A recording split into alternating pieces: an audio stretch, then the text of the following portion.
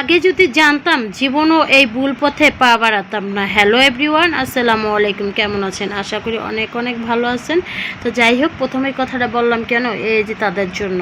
কারণ যদি আমি জানতাম যে ভাড়া বাসা এগুলো করাটা আসলেই আমার পক্ষে মানে একটা ভুল ছিল, কিন্তু আমার যে কি মাথার ভেতরে কেরা উঠছিল নাকি আল্লাহ জানে, তো যেইগুলো আমার করতেই হবে। তো যাই হোক করছি, কারণ আগে যদি জানতাম এই ভুলটা আমার একবারে করা হয়েছে। কারণ এখন গাছের প্রতি এমন একটা মায়া হয়েছে, যখন এই গাছের সবজি ফল ফুল আমি কি যতটাই হোক খাই আর না খাই, দেখতে আমার কাছে ভালো লাগে। কি লেগে জানি আমার কাছে সবুজ প্রকৃতিটা এত ভালো লাগে, আমি জানি না কার কার ভালো লাগে।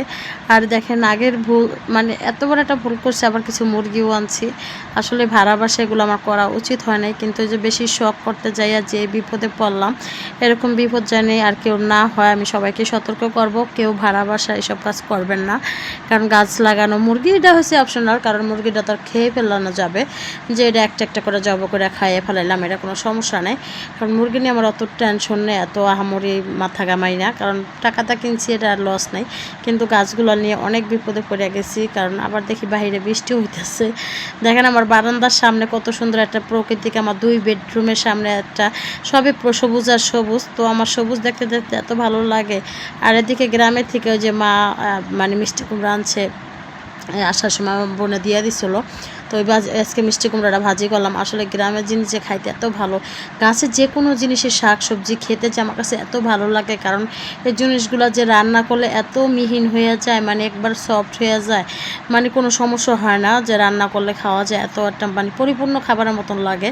তো যাই হোক, আর রান্না করলে দেখেন বাজারে একটা জিনিস কিনা যখন খাবেন, যখন রান্না করবেন, কোনোটাই স্বাদ পাবেন না। আর গ্রামের জিনিস কি হাতে লাগানো শাক সবজি খেতে যে কি ভালো লাগে, আমি জানি না কে কে পছন্দ করেন হাতে লাগানো শাকসবজি, বাট আমার কাছে অনেক ভালো লাগে। তো যাই হোক, এদিকে ধুন্দুল দিয়ে ইলিশ মাছ রান্না করবো। আজকে ফ্রিজে ছোট একটা মাছ ছিল, তো ভাবলাম যে আমার পছন্দের তরকারি, আমার এই ধুন্দুলগুলো আমার ছাদ বাগানের। তো যাই হোক, আমি 3-4 দিন আগে না তুলে রাখছিলাম, যে গতকালকে তো রান্না বান্না করি নাই। তো যেহেতু বোনের বাসা চলে গেছিলাম, এই জন্য রান্না বান্না করতে পারি নাই, করিও নাই। মানে এরকম একটা টাইমে গেছি, হয়তো একটু লেট হয়েছে, কিন্তু রান্না করে চলে গেছি গা। তো আজকে হলো রান্না করতেছি। আর এদিকে ইলিশ মাছটা ছোটো একটা মাছ ছিল, তো ভাবলাম যে ছোটো মাছটা আজকে রান্না করি। আজকে বাজারও যাই নাই, কারণ সকালবেলা আমার ছেলের মাদ্রাসা ছিল না, এজন্য যাওয়া হয় নাই। বাসায় যা ছিল তাই রান্না বান্না করে ফেলাইলাম। তো এরকমই মাঝে মাঝে আমি করি, দেখা যায় বাসায় কিছু থাকলে বুদ্ধি খাড়াই আমি ওদিন বাজার না গেলেও হয়। তো যাই হোক, এদিকে হলো যে মিষ্টি কুমড়া ভাজিটা হয়ে গেছে, খাওয়া দাওয়া হয়ে গেছে। আর বিকেল উঠে আবার ছাদে চলে গেছিলাম একটু পেঁয়াজের খোসা পানি নিয়ে। কারণ আসলে এরকম ভুল কেউ করবেন না, কারণ এই গাছের প্রতি আমার এত মায়া হয়েছে, মানে আমার ঠাজা নিঃশ্বাস ছাড়া আমার গাছকে আমার বেশি ভালোবাসতে মন চায়। কারণ প্রত্যেকটা গাছে ফুল ফল এত সুন্দর লাগে। দেখেন মার্শাল্লাহ, সবাই কিন্তু মার্শাল্লাহ বলবেন। আর এই আমার আমড়া গাছটা দেখেন কতগুলো আমড়া ধরছে, ছোটো একটা গাছ। আর এই গাছটা কিন্তু পাতা পাতা সব পড়ে গেছে গা। আর এরকম, তা যাই হোক, ছাদের থেকে আইসা বাচ্চাদের একটু আবার চিকেন ফ্রাই করে দিলাম। তো এই যে চিকেন ফ্রাইগুলো একটু ভেজে নিলাম। বাচ্চারা, আমার ছেলে, মানে ছেলেরা অন্য মাংস খাইতে চাবে না, গরুর মাংস রান্না মাংস, কিন্তু ভাজা মাংসটা অনেক পছন্দ তার।